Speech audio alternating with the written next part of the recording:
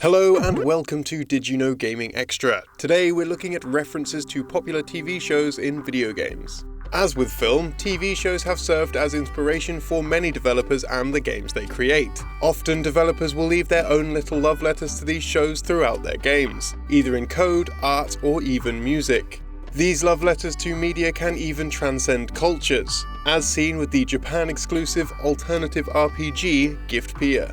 The game was released on the GameCube in Japan and was published by Nintendo, and has been described by some as a cross between Animal Crossing and Zelda. All the information presented makes this next statement all the more bizarre. Giftpia's music references the adult animated sitcom South Park. The song Icicle contains what seems to be garbled up voice samples, but are actually manipulated audio clips from the South Park Season 1 episode Mecha Streisand. The 4.5-minute track has two 30-second parts which use the samples. The first is early in the track and samples the conversation between Barbra Streisand, Kyle, Cartman, Stan and Officer Barbrady, starting with the line, "The Triangle of Zinthar now!" Triangle of Zinthar?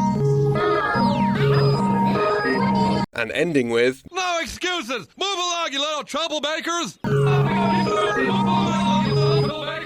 The samples come back towards the end of the track, sampling a conversation between Leonard Maltin and Chef. I guess he's not home, Leonard Maltin. Damn! Then we must look for them elsewhere.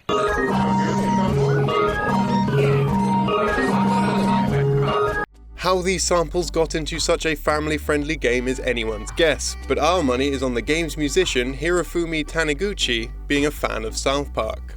Next, we're looking at a family-friendly show that was referenced in an adult-oriented game. Demon's Souls, the predecessor to Dark Souls, has a few sly references in its game manual. On page 5, under Character Creation, there's an image listing various character profiles. All of these profile names reference the beloved animated show, The Simpsons. This includes Bobo, Mr. Burns' teddy bear from the Season 5 episode Rosebud, and Lisa Lionheart, a line of dolls created by Lisa in another Season 5 episode, Lisa vs. Malibu Stacy. Princess Kashmir, the belly dancer from the Season 1 episode Homer's Night Out, and the radio personality Dr. Demento from Season 6's sideshow Bob Reynolds. Although there's plenty of mainstream shows referenced in games, there's a few cult shows too. Star Wars Rebel Assault 2 The Hidden Empire has a reference to a slightly different science fiction franchise from that of the George Lucas classic. Hidden in the PC game is a reference to the show Mystery Science Theater 3000. The reference can only be accessed by entering the name Servo backwards in the password menu.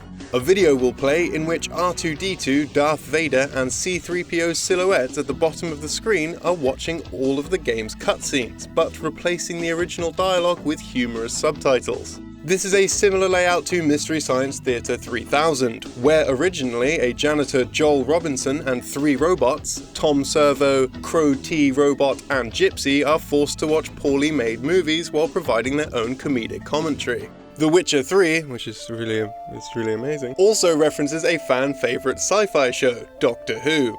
After the completion of the contract side quest Monster in the Cemetery, 2 angel statues will appear in the cemetery near Lindenvale. By turning away from these statues, they will move on their own accord. These warping statues are a reference to Doctor Who's Weeping Angels race, first featured in the episode Blink. Doctor Who is referenced in another franchise that you might not expect, Ace Attorney. On day 2 of Apollo Justice, Ace Attorney's third case, Turnabout Serenade, if the player examines the top hat in Write Anything Agency, Apollo will say, "That's one of those hats you pull things out of, right?" Trucy will then say, "Of course, my hat's like a little universe, bigger on the inside than on the outside." And Apollo will respond with, that reminds me of a sci-fi show I used to watch." This references the Doctor's TARDIS, a spaceship which is bigger on the inside.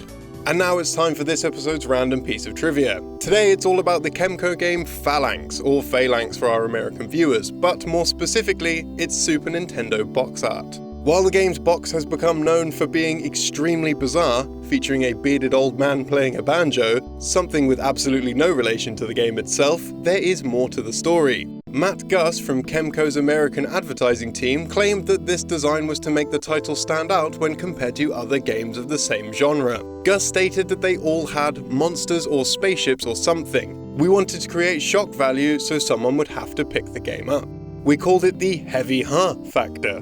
Art director Keith Campbell says they did the photo shoot themselves, hiring a model for the role of the 80-something hayseed. The model was Bertil Valley, who had worked as a volunteer Santa Claus for over 25 years. Prior to Phalanx, Valley appeared on the cover of the Christmas album Christmas in the Northwest, and ran his own successful construction company for over 20 years. Sadly, Valley has since passed away in 2004. That's all for today, but did you know that Did You Know Gaming Extra is supported by Patreon? So if you would like to get involved, then please check out the link in the description below. We like to do a little thing with a game right at the end. I don't know, you'll have a look in a minute. All right.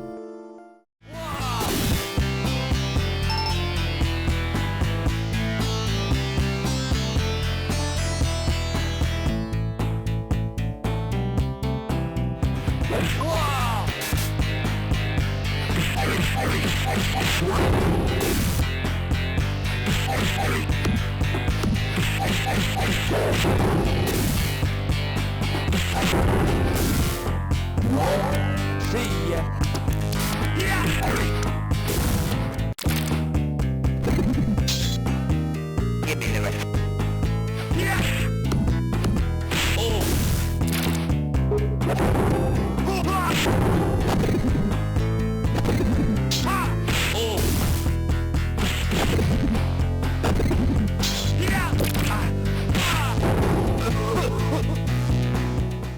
Don't forget to like and subscribe to catch more trivia in the future. You can even check out the 2 videos on screen if you want to see more straight away. But be sure to leave a like and let us know your thoughts in the comments below.